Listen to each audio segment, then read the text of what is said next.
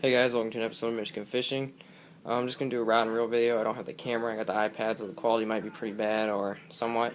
I am going to redo this video because I have another rod coming that's getting repaired, and I want it to be better quality, but for those guys that just want to see it right now, here it is. So, start off, we have an EXO 7.3 to 1 gear ratio. You guys all know about the EXO. That one has a Powell Endurance with it. That's the rod getting repaired. It's a 694, 6.9 heavy. It's getting some epoxy repaired, so I will get that back probably Wednesday. And anyways, let's start. So first one, Revo Premier, the Falcon Bucoy. This rod is 7-foot medium heavy. The reel is a 6.4 to 1 gear ratio. It's the old version, not the Generation 3, obviously. I like it so far. 15-pound copolymer on there. So overall, that rod can be used for a ton. That is the most versatile rod. Is a 7-foot medium heavy or a 6'6" medium heavy. Those are the. If I were to recommend a first rod for anybody, it'd be one of those two. And well, that's basically that. It's got micro guides, micro guide version. It's they're not as small as some companies, but they're still better than conventional guides. Besides, with some certain things, but overall, it's balanced, sensitive. I like it. This is Cabela's Prodigy 6'6" medium heavy. It's my spinnerbait rod with a Quantum Smoke burner series, 100 HPT, 17-pound mono on there. So spinnerbait, chatterbait, buzzbait. This is like jigs, soft plastics, text rigs, a whole bunch of stuff you can throw on that. The next one is a Okuma Calera 6.61 gear ratio. It's a pretty good reel for the money, actually. And then it's got a Bass Pro Shops carbon line on there, conventional guide series. I didn't like the micro guides, they seemed too cheap for me. Split grip, exposed reel seat. Overall, it's pretty good. 65-pound braid on there. It's a heavy cover rod. Next one is probably my favorite rod, not reel, but rod. And that is the Duckett 7-foot medium crank and stick. It's actual perfect for square bills, a shallow, medium diving. Very nice. I like it. It's got a Okuma V system reel. It's a pretty good reel, 10 bearings. It's pretty smooth. 12-pound mono on there.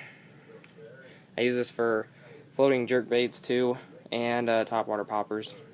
But the only thing I don't like about this reel is it's pretty hard to push down the button. So if you're using reaction baits, you don't notice it as much because you're just gunning and going. But if you're using baits that you're moving slower and you're taking your more time, you will notice it more and it gets a little annoying.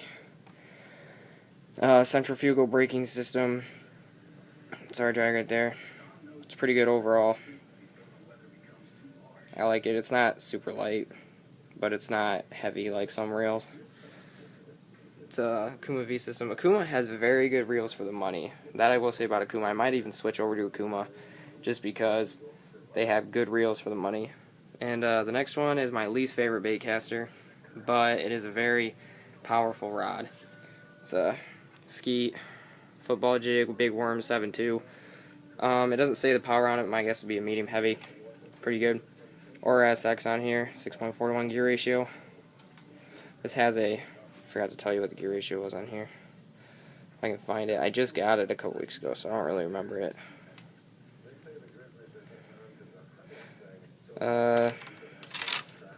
I have no idea, guys. I know it's a low 6. It's like a 6.3 or something. Or, yeah, it's something like that. Anyways, it's got 20-pound fluorocarbon on here, Seagar. And it's a pretty stout rod. Like, I use hollow belly swim baits on it, and I've only missed one fish. It sets the hook really good. It's a stout rod. I don't use it a ton, but when I do, it definitely gets its work. Anyways, the next one is a Tour KVD spinning 7.4 medium. I use that for all my long distance finesse applications like tubes, wacky rigs, shaky head. I can really throw those bait out there. A Nico rig, anything like that. It's very good quality. I'm trying to stick away from the pro name rods, unless they're like Falcon or something. I'm trying to stay away from the KVDs, the Skeets, and that type of stuff, just because I want to start getting into the company brand names. Those tend to have more thought into them, I guess, in my opinion. But besides the ducket, I mean, I'll take more duckets any day. Duckets are just good. Everybody knows that.